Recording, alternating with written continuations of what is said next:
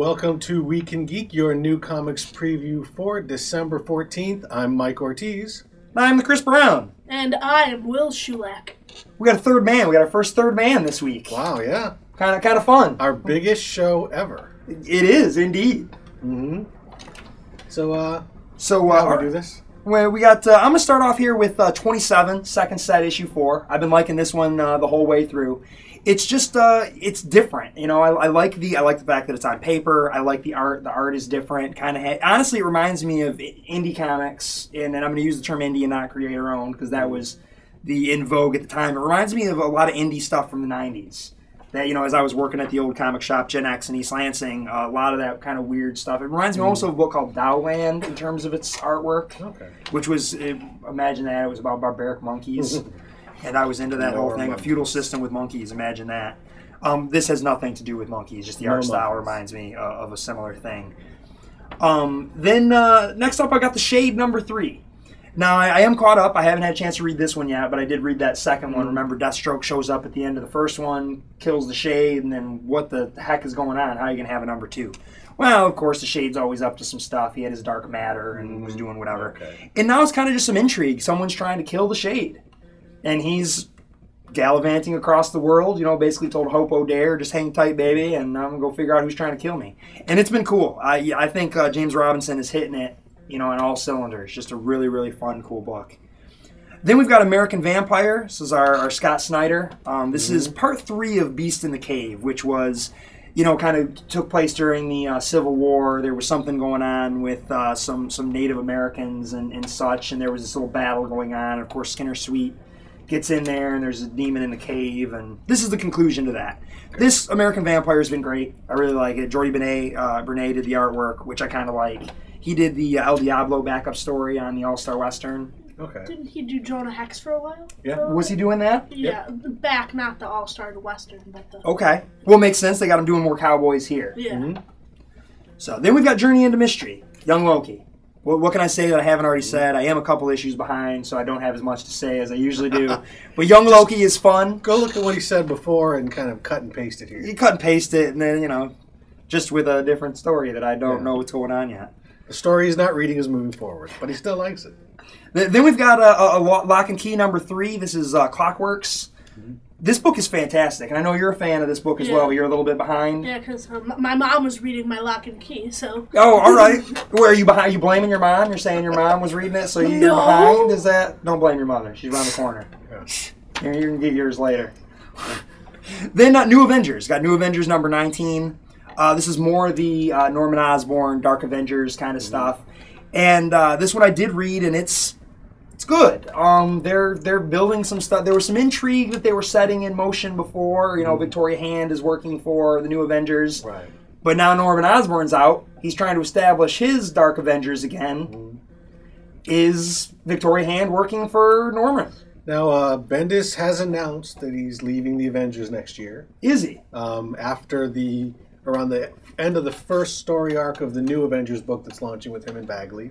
So everything that's been building since really from Avengers Dissembled, going up through the Avengers X-Men crossover and then spinning out of that, this pretty much is going to start wrapping up his big Avengers story that he's been telling for, what, 8 years now? Yeah, about 8 years, absolutely. So yeah, now hopefully this means some serious stuff's going to happen. It's been good. I've been liking this. So there's some really nice character moments. You know, that's what a lot of it is, but I don't feel like it's all talking heads. Yeah. So that's good. At least he doesn't have those interview segments like he has been. I tire of those. Then I got Walking Dead #92. This book has been fantastic. Last issue was a little bit slow because we were getting into the new story arc essentially.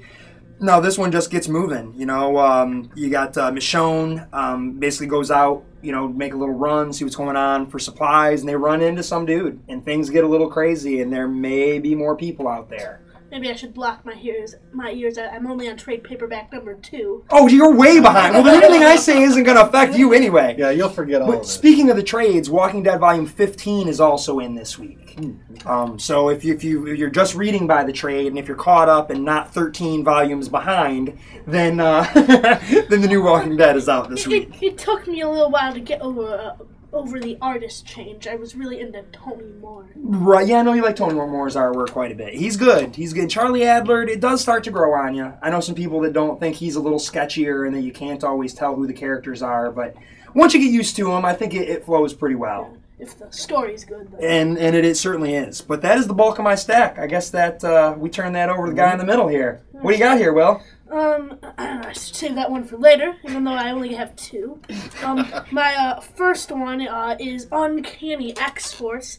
I made a little bit of a mistake because in some books, there was like a promotion for the Uncanny X-Force, and I saw like a cover or something. It looks like an artist I like was taking over, and I for some reason got in my mind that it was 18, but it really turned out it was 19. Can you tell me who that artist is? Yeah, R. Grompa. He did this thing called Great stuff. Yeah, Mesmo Delivery, and I really enjoyed him, so I thought this would be good. And I mean, it turns out this is 18. And this is a conclusion of the Dark Angel saga, but it's up my alley because usually I do start at the conclusion of stuff. There you go. And then you work your way backwards. Yeah. You're like your own personal memento. And this one comes in a black bag. It does indeed. Which means either something important happens and they don't want you to know, or Marvel still has a lot more bags left over. Or the bag company gave them a discount. Yeah. Well, there's also a variant cover, which they referred to as, this is the great thing, there's a spoiler variant cover, which is hidden in a black bag. What? Isn't that ironic? That's a little weird. Redundant, more than ironic, I think. It's certainly not like rain on your wedding day. Either way, it's a black bag. That was the bulk of my stack. Now, my top pick for this week is Suicide Squad issue number 4. This isn't really my favorite New 52. It's just the only one that I remembered to read. It's been pretty interesting. No spoilers. I read this. It's pretty good. In issue 3, like, I feel like a lot of like new people popped up, and it's good, but I feel like the writer might be like a little bit self-conscious of his writing. Like, did I do good? Or maybe I should just add some like special guest stars. Cram it with when in doubt, cram in the guest stars. Yeah. Well, it was good. I mean, I wanted the Suicide Squad, but it's pretty... I don't know if I'm right. I haven't read it before the New 52, but isn't it just like a book of guest stars pretty much because of like the whole Suicide Squad? I think they've got a core team, and then they rotate other people in and out. Because that's, it's a Suicide Squad. Yeah. They got to get rid of some people from Somebody's going to die sooner or later. Yes. Or kill themselves. Yeah. And thus making the name work. Yes. So what do you got over there, Mike? Well, I'm going to start off with the Ray number 1. All right. This is another one of those DC books. It was not one of the initial New 52. Every month they seem to be throwing a few more out there. I was a big fan of the 90s Ray miniseries. The miniseries was done by Joe Q. Joe Quesada and I think Jack Harris. And then they followed it up after that. I don't remember who did that. You think this is a dig at Joe Q? We got New 52s. We're going to do a character that you used to do. Well, it is Jimmy Palmiotti, who was once Joe Q's partner at the event and at Marvel Nights. But it's got art by Jamal Igle, who's a great artist. He was one of those guys that when the New 52 came out, all of a sudden people were going, where's Jamal? He'd been working at DC for a while. Well, they just had him on something that was coming out a little later. I'll admit I'm not real thrilled at this point because they got rid of the helmet with the little kind of pointy fin on it. That was one of my favorite parts of the character, and now, well, he's just got hair. They're trying to make everybody just with like flowing hair all of a sudden. Not enough pointy helmets. DC, come on. So we like pointy helmets. Look, I get getting rid of the red underwear. I get getting rid of the fishnets, but pointy fins on helmets are cool. That never gets old. Yeah. So absolutely. We'll see. Yeah, I mean, if Omac can keep his mohawk, why can't he keep the pointy helmet? I don't know. It's because Dan DiDio's writing Omac and he's the boss. And if he says mohawk, stay. Yeah. So I'll give it a shot. Gray and Palmiotti are really good writers. They've written a lot of good stuff. I have not been picking up a lot of the stuff they've been doing lately, but they did some stuff in the past. They had great runs on Power Girl, but But yeah, also so did Jonah Hex. Yeah, they did Jonah they Hex. did Jonah Hex, Yeah, which I never read. I like that. So I'm giving it a shot. Next up, Batman and Robin number 4. You know, I got a little behind in this. I'm finally caught back up. And I'm still really digging this book. I mean, in a lot of ways, it's Robin and Batman. Because it's focusing on that relationship and on Bruce's ability or inability to deal with this son that's been sort of thrust upon him. But we're going to get a little bit more information. I think we're really getting a good picture of Damian Wayne in this book. And it's a character that at first I didn't like, but now I do. He's interesting. They've made him interesting. Plus, they've got the Bat Hound in here. Really? Yeah. It looks so like. Wait a minute. They haven't named him yet. But So no Crypto, but Bat Hound is in the New 52? I got nothing against Bat Hound, but if it's good enough for the Bat Hound, where is my Crypto? Well, Crypto showed up as a skeleton. Well, but in last month's Action Comics, he was there. And remember, that crazy lady said there's a dog watching over you. So I think Crypto's in the Phantom Zone. Okay, all right. We'll But see. didn't Dan DiDio say no Crypto? He says a lot of things. He does. He does. Next up is Green Lantern number 4. This is continuing the adventures of Sinestro as Green Lantern and his quest to free his homeworld from the clutches of the Sinestro Corps. That issue's good. But yeah, this has been really solid. This has been one of my favorite of the New 52. It definitely picked up a lot. It had been dragging since really the end of Blackest Night. I think it's kind of dragged all the way back to the end of the Sinestro Corps War. But now it's got a new lease on life. Sinestro's a great character. I like Sinestro more than Hal Jordan. They've made him more interesting than Hal Jordan. Yeah. And that's the thing. And this that issue is really good. So if you've been enjoying Green Lantern all along, if you're like one of the 2 guys that like the movie or you like that cartoon, Who, you and Andrew? give this a shot. Yeah, pretty much.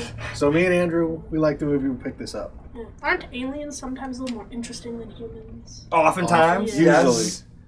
But not as interesting as monkeys. Except the alien race that runs our government. Yeah, they're not very. They're not interesting. very interesting. Next up, Resurrection Man.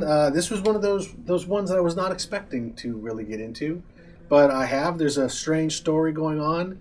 He doesn't die. When he dies, he's basically resurrected with a new set of powers, and because he's not dying and either going to heaven or hell, heaven and hell are kind of fighting about him, and they each want him to sort of die and pick a side, because I guess there's bookkeeping issues with people who keep regenerating like he does. So there's a lot of questions being posed. There's a fight in a senior citizen's home where an old supervillain who I hadn't heard of, I don't know if he was real, they just made him up, decides to pop up and give him a hand because he's taking on these 2 There's the 2 chicks. scantily clad, incredibly hot assassins, which is awesome in itself. But yeah, this has been a really good book. If you're a comic character and you're going to get killed by a chick assassin, she might as well be scantily clad and hot. Very much so. One's dressed like a schoolgirl. The other one's, she's got a nice evening dress. You know, she's a little bit more formal. But in Killing someone is a formal affair, Mike. Yeah, that's true. But what about the one in the Catholic schoolgirl outfit? Well, she's a bad girl. She is a bad girl. So it's been a good book. Like I had said several times before, I really never read it before the New 52. But I'm really on board. I mean, this has really been I like the book, too. Surprise. I'm an issue behind, but I do like it. Next up, it's Hickman time. It's S.H.I.E.L.D. number 4. This book doesn't come out that often. When it does, it's a treat. Yes. But basically, we've got Reed Richards' dad, Tony Stark's dad, Michelangelo, Isaac Newton, Nikola Tesla, and Nostradamus. Do you know the thing that's even weirder? That's not the only book that Nikola Tesla's, the only comic book being published right now that's Nikola Tesla's in. Comic books love Tesla. Apparently. It seems like there's actually going to be, I think, ripping off this idea. There's a TV show about the adventures of a young, dashing, heroic Leonardo da Vinci coming out sometime soon.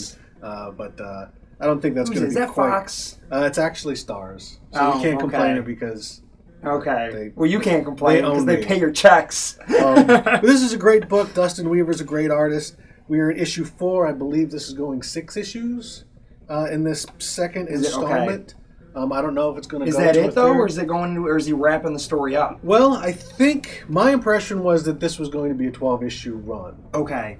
So 2 6-issue arcs. I could be wrong about that. It might have changed. I could be misremembering it. But in any event, they're kind of getting to the meat of the fight between Isaac Newton and Leonardo da Vinci. And I don't know who's going to win. I know who I pick. Next up is Unwritten, number 32. This is the third part of a new story, War of the Words, where Tommy has basically decided to take the offensive. Instead of running, he's learned a lot of stuff, and he's spinning it. He's going after the guys. As usual with this book, I'm a couple issues behind. It doesn't help that they are double shipping this book and they're doing the 0.5s. So it's a 10-issue story. It's going to be told in, I believe, 5 months. So yeah, if you're someone who hates the point issues and hates the double shipping, well, I guess you're wrong, because now Vertigo's doing it too. I like it in more than one book. It helps my OCD, to be able to have more than one, because I get to keep the story together, and that way I don't lose track of what I'm doing. This is a good book for that, because it really reads better in chunks. Yes. So now you can get 4 issues, which is half the storyline, in 2 months, and it moves along pretty well. But yeah, this is honestly one of the best and most underrated books now being published. But that's pretty much my stack. All right, we'll come over to my top here. So what did I have? 2? I had 2 Snyders this week. Yeah. My second one here is Severed number 5. Mm-hmm. I love this book. I like the mood that it sets. I like the period that it's in. It's a young boy who's on the road looking for his dad, who's a musician, trying to get down south to find him, and unfortunately he stumbles upon this strange older gentleman with sharp teeth who eats children. He seems like an intriguing enough guy. For some reason, our main kid here, Jack, he just doesn't see it. He was hanging out with this girl, Sam, who just was suspicious of this older man, and Sam met, not a very good end in the previous issue. And now Jack's on the road, and this is a road tale that takes place in that, early part of the 1900s. And we're really getting more into the story now and watching Jack deal with this guy. And we've only got 2 issues left of this story before it wraps up. It's only a 7-parter. Although there's something in the intro here where they're saying that wraps up this story arc. I think they're coming back with some more Severed. Good. I don't know what they're going to do. That makes me fearful that this man gets away, but we know that Jack lives because he's an old man in the first issue. This was a great issue. I really had a good time reading it. I mean, everything else was fast-paced, and the previous issues had you kind of on your toes, like, oh my God, what's going to happen? Oh my God. This issue is a little bit more patient. It's not like that 3rd issue where, the guy's egging them on to put their hand in the bear trap and just, oh my goodness, that was pretty tense. But a great issue, and I'm really looking forward to seeing where this thing goes. Nice. So, for my top pick, first I just want to explain a little something. I am a sucker. Technically, I am what is known as a mark, because pretty much you just have to do a few things, and you're going to wind up getting my money even if I don't. The kind of companies legally roll you every week. Yeah. So I am not. I'm not necessarily. I don't really care for cable, and certainly am not a big fan of a lot of the crossovers that have been going on, as many people aren't. And yet, I sit here with my top book being the Avengers X Sanction. This is kind of a prelude to the X-Men Avengers that's going to be coming up. But despite all the reasons not to buy this book. It's got Jeff Loeb, who I'm hot. You didn't include that as one of the reasons not to buy the book? Well, see, Jeff Loeb has written a lot of great stuff. Not for Marvel, he hasn't. I would disagree with that. Okay, there's the Hulk Gray and Spider-Man Blue and Daredevil Yellow. Those were all great. Oh, see, I don't like any of those. Really? I feel like he writes those the way Joe Esterhaus writes screenplays. He's got an outline, and they're all the same thing. They're all a love letter to the girlfriend. They are, but I still like them. Okay. I don't like, if he's not doing DC stuff, I'm not really a fan. But it's. But I did read this book. Right? For all the things that sell it short, there's still something about it that's intriguing. And it's Ed McGuinness. Yeah. You know, I don't. That's pretty much why I'm buying the book. When I first saw it, and Dexter Vines is inking him. Yeah.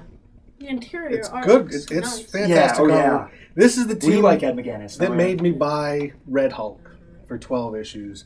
I don't care what they're doing. It's the same team that had you complaining about Red Hulk for 12 issues. And I will complain about this for the next 4 months, and I will still buy it because it's just great stuff. Captain America with a gun and Cable throwing Captain America's shield. I did that doesn't read make it. any sense. It's pretty much like it's a setup and a couple of fight scenes. Yeah. I mean, that's really all that issue is. And you know what? That's all I want out of Ed McGuinness. I was fine with it. My only problem is there's not any really big dudes in this. I mean, Cable's kind of big, but I want to, I like Hulk's punching watchers. So hopefully, we got the X-Men, so that means we got Colossus in there maybe. Maybe some Colossus Thor fighting. I'd be down with that. If issue 4 hasn't been written yet, which is possible because it's Loeb. Thor versus Colossus. Let's see that happen. Organic metal versus Uru. My money's on the Uru. Yo, every time. Of course, Thor's dead, but who knows? But nobody stays dead. Nobody stays dead. He's not even that dead. He was in the last issue. And now they're bringing back the cyborg Thor. The cyborg clone Thor. Let him fight in this. Let him fight Cable. That would be a better matchup. So in any event, yep. More big dudes, metal dudes. I don't care. Eddie McGuinness is a hell of an artist, and that's all I need. They could have nobody write it. I think Dexter Vines tightened him up in that too. There have been some other anchors that have not worked as well on him. Yes, for sure. I think he tightens him up a lot. On the artwork alone, and the small hope that something good will come out of this leading into X-Men Avengers. Who knows what that's going to be like. In fact, the story is all about hope. Oh, okay. Clever. So let's hope that this is... next month, Iron Man versus Cable. Yeah. All right. The metal guys. So that's my top pick. And with that, Will, it was a pleasure having you on the show this week. Indeed. And back again soon. Maybe when the next X-Force comes out. Yeah, there we go. We might even talk about his grandpa there. So with that, that is your Week in Geek.